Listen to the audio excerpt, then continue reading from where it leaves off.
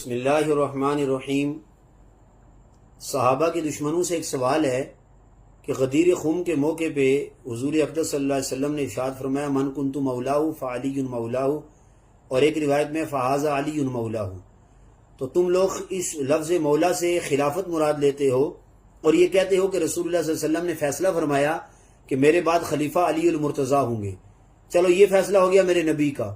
Saqifah بنو سعدہ میں حضور علیہ السلام کے انتقال مبارک کے بعد فیصلہ فرمایا مہاجرین و انصار نے کہ خلیفہ ابو بکر صدیق رضی اللہ تعالیٰ عنہ ہوں گے۔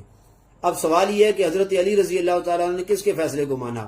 حضور علیہ السلام کے فیصلے کو مانا یا حضرات انصار و مہاجرین کے فیصلے کو مانا؟ تو آپ کی اور ہماری ساری کتابیں یہی جواب دیتی ہیں کہ انصار و مہاجرین کے فیصلے کو مانتے ہوئے حضرت علی رضی اللہ تعالیٰ عنہ نے حضرت ابو بکر صدیق رضی اللہ تعالیٰ عنہ کے ہاتھ پر بیعت کی۔ تو نعوذ باللہ کیا اس سے حضرت علی پہ اعتراض نہیں آ رہا؟ میرے نزدیک حضرت علی پہ اعتراض کرنے والا تو مسلمان ہی نہیں ہے۔ تو آپ جواب دیجئے۔ تو ہم جواب یہ دیتے ہیں کہ لفظ مولا سے مراد خلافت ہے ہی نہیں۔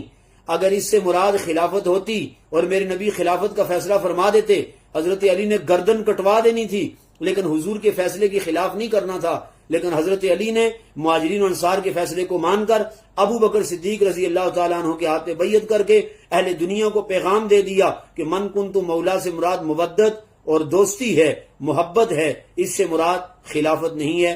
قیامت کے صبح تک جواب چاہیے۔